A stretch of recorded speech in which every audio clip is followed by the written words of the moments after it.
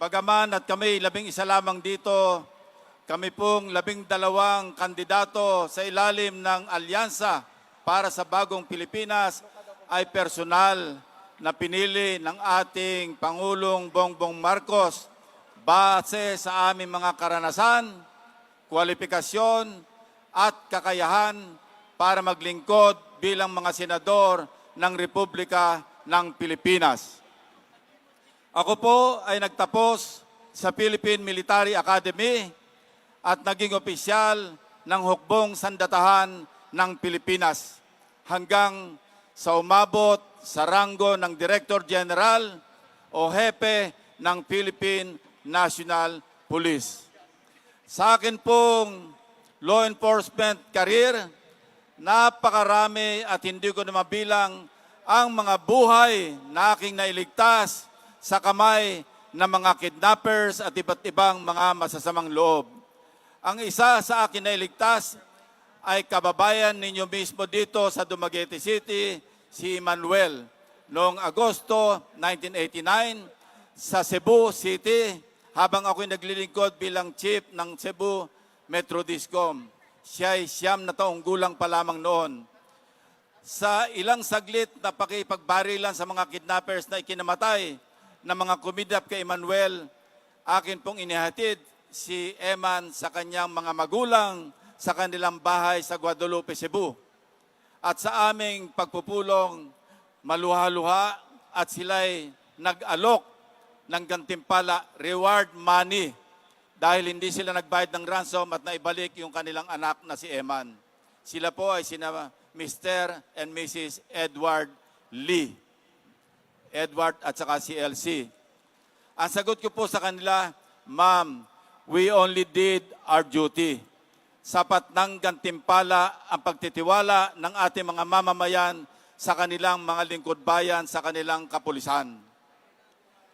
Noong ako po'y tumakbo bilang senador, ako po'y ginantimpalaan ng isang upuan sa isang seat sa Senate at ako'y nahalal bilang senador ng Republika ng Pilipinas at ipinagpatuloy ko po ang aking pakikibaka sa mga katiwalian sa ating pamahalaan, lalo na sa pag-scrutinize ng ating national budget, sa pagbabantay sa ating kabanang bayan upang masigurado na ang ating pananalapi ay makarating sa malalayo at maliliit na lugar tulad ng Negros Oriental.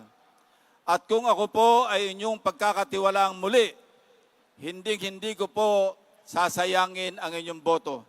Ipagpapatuloy ko ang aking ginagawang tungkulin bilang senador, makibaka sa katiwalian at busisiin ng maayos ang ating national budget nang sa ganon makatulong sa ating mga kababayan.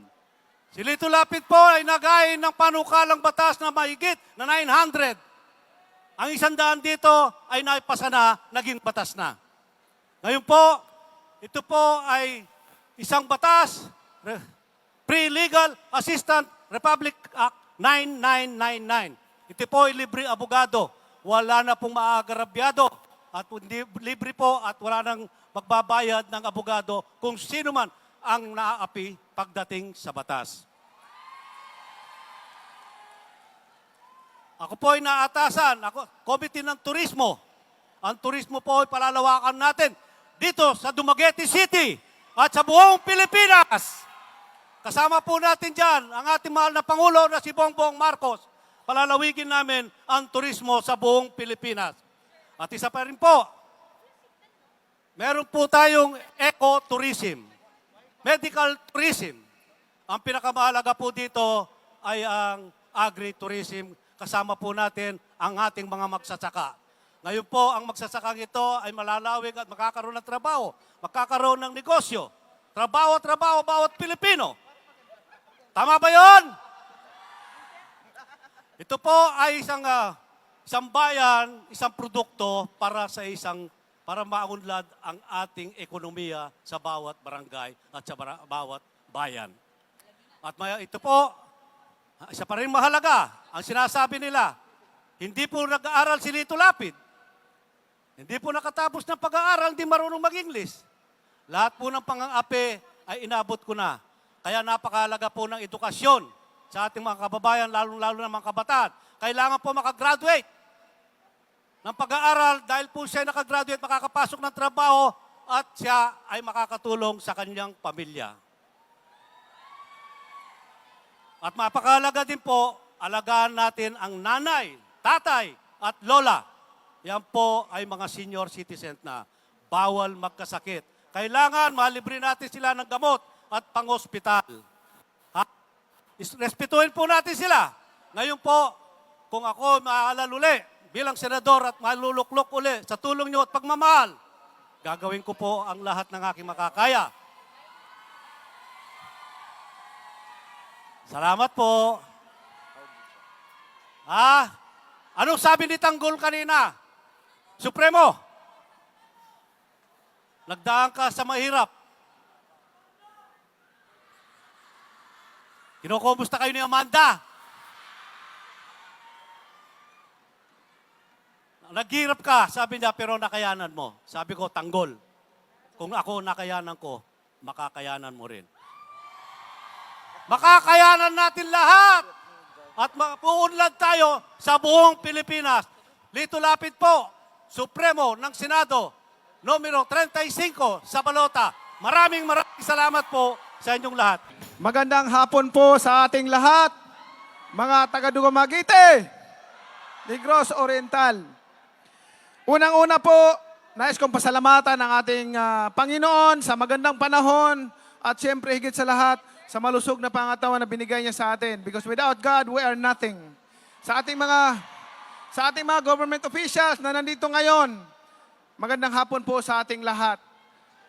Alam niyo po, mga kaigsunan ko, kabalo na mo ug unsa ang akong gina-fight.